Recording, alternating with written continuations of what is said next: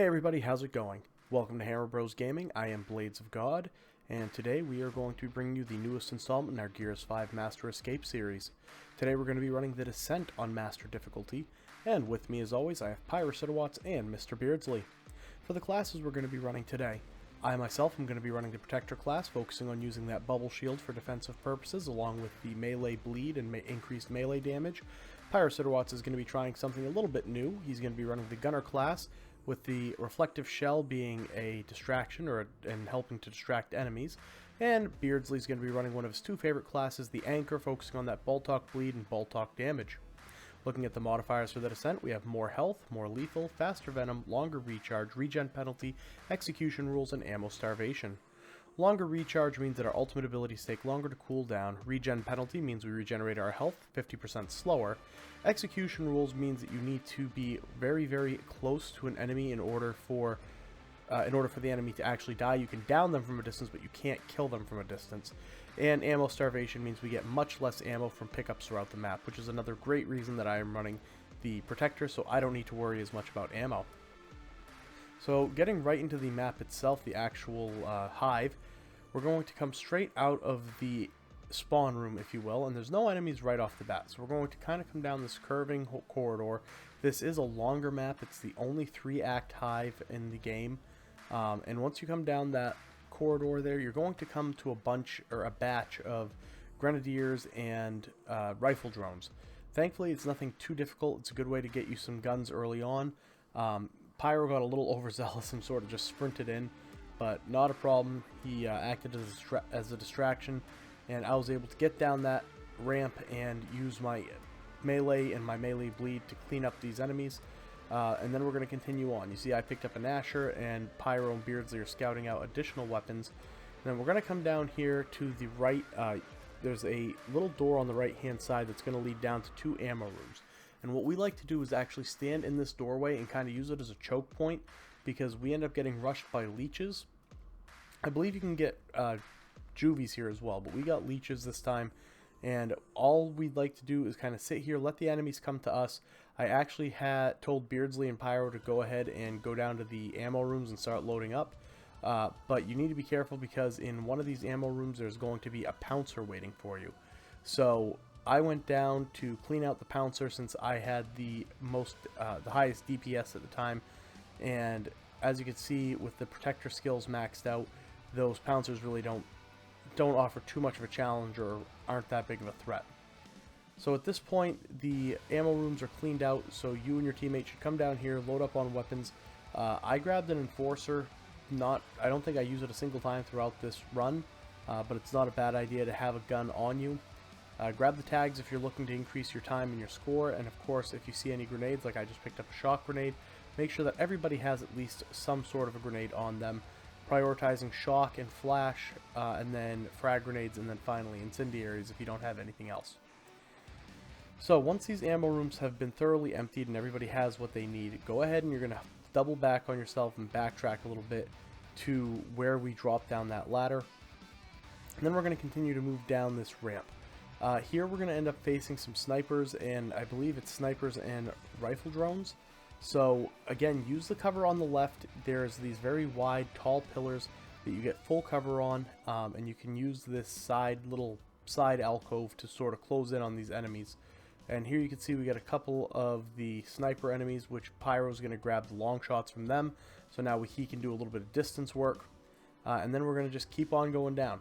This map has a lot of small pockets of enemies. There's only a couple of really, really large battles. So you're going to be seeing a lot of that where it's just a small handful of enemies at a time. Once you get to the bottom of that ramp, you're going to want to take a right. You could go left or you could go straight ahead, but we like to go to the right because we feel just like it offers better cover and better concealment, and you end up having, we think, a better field of fire from the right. But whatever the case is, you could choose either path. They all sort of converge together, so you can cross over any point to the left from here, or you could cross over to the right if you went left.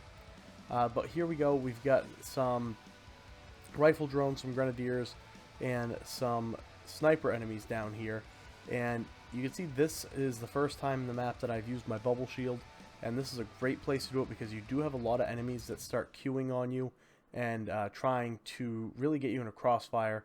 So you got to watch your flanks, because you can end up getting flanked and end up in a situation where you have enemies shooting at you from 2 or 3 different directions.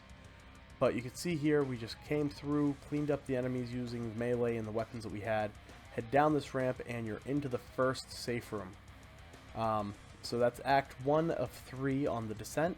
We're going to go ahead and we're going to actually skip the safe room. There's some ammo and a couple of grenades that you can grab if somebody needs ammo and grenades. But as soon as you come out, you're going to continue moving down this path. You kind of end up in this bridge-like structure, and you can go down to the left or the right. But we go straight ahead, follow this path that we're taking here, and it's going to bring you to a ammo room on the right. You can see it straight ahead of me there. I peel off to the left because there are grenadiers, leeches, and eventually a pouncer that come through this doorway.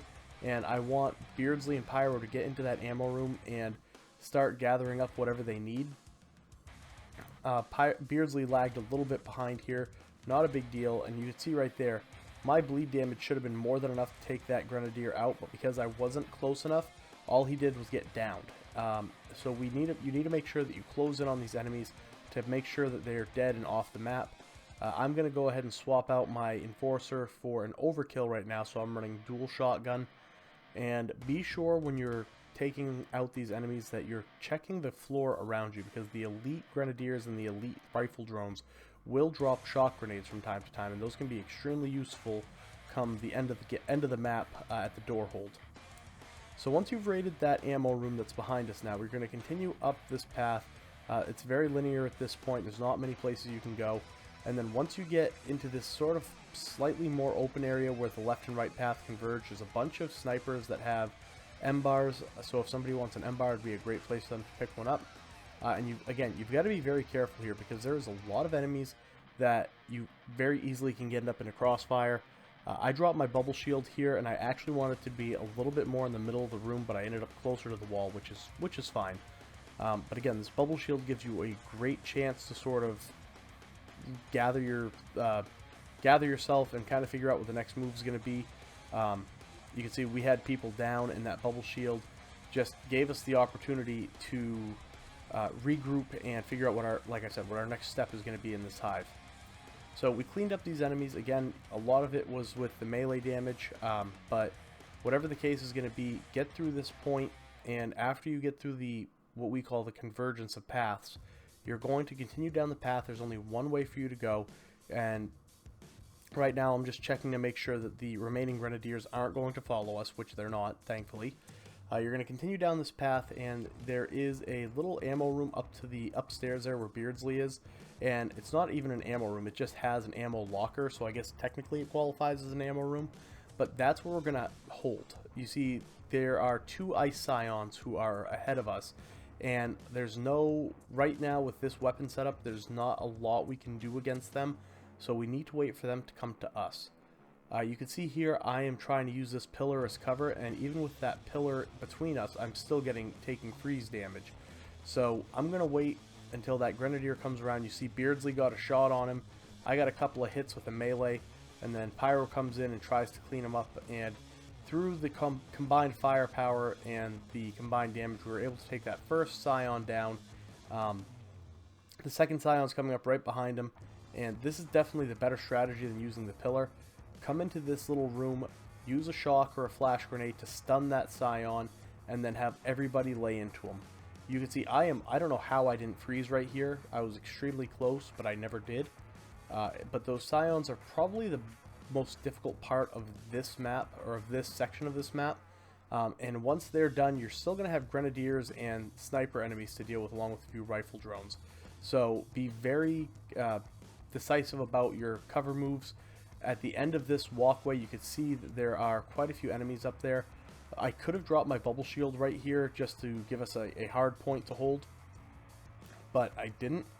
And as you can see, that had led to a very large chain revive right here, where we just kept hoping that the enemies were gonna have to reload, so we'd have a chance to get over there and clean them up.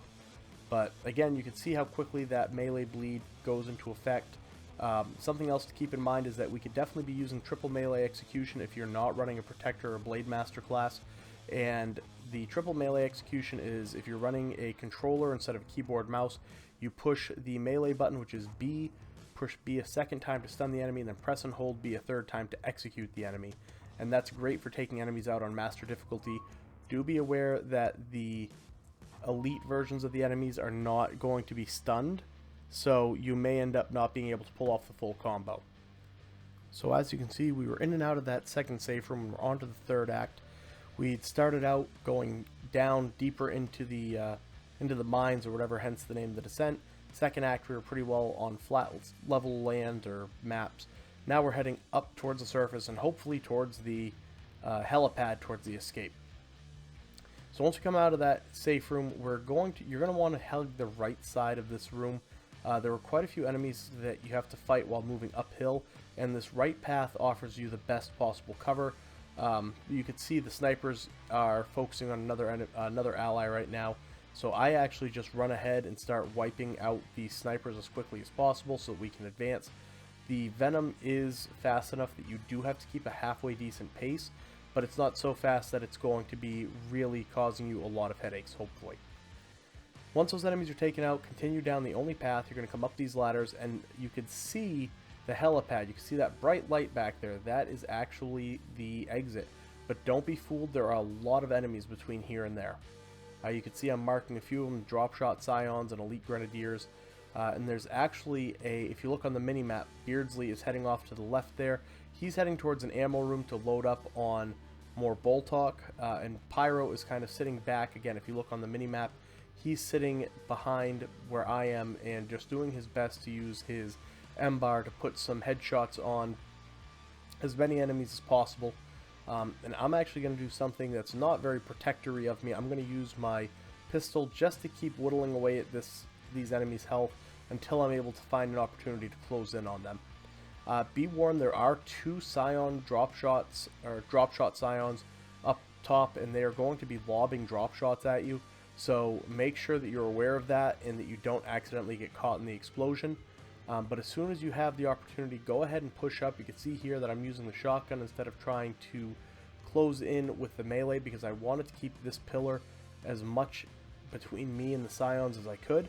And if I closed in on that enemy, it would have opened me up to potentially being targeted by the drop shot. So there you go. You could see that Pyro was trying his best to use his M-bar there to put some damage on that Scion. I ran up. I dropped my bubble shield just because I wasn't sure how many enemies were up here, and I wanted to make sure that I wasn't going to get cut down too soon, or hopefully at all. But I took out that first Scion with my melee, and you see me doing a little bit of fancy footwork here just to avoid getting hit. Took out the other Scion with a melee, and now I'm falling back because there was allegedly a shock grenade back here, but it took me a minute to find it. I ended up falling all the way back to the venom. Find a flash grenade instead, but that's fine because grenades are good for that end hold. And here we go there. I finally found that shock grenade that Pyro had told me about. So we're moving ahead. You can see they've marked, my allies have marked an elite drone, and we're just cleaning up the last few enemies here before we head to the helipad. You do want to take your time and try to clean up as many enemies as you can, because there's going to be a fairly good rush of enemies at the helipad once you close the door. So you don't want to have the additional enemies that were just lingering in the map making their way out as well. You can see the venom has not even gotten close yet, so go ahead, close the door, use just your standard tactics for any helipad door hold. Use your flash and shock grenades to slow down the enemies. We do have leeches here, so using a shock grenade in the middle of that little last room is a great way to keep the leeches from getting through. We do have a pouncer get out, not a big deal. Shown multiple times that Protector can take down the pouncers pretty easily with the melee damage. Do watch out for the drop shots though. They are very aggressive trying to get those shots in as the doors close. But that's it, guys. That is how we get through the descent. It's a fairly easy map. It's a good one that I recommend if you're just getting into the Master Escape maps. But I hope this guide helped, and I hope you stick around because we'll have more on the way. Until next time, take care of yourselves, and bye-bye.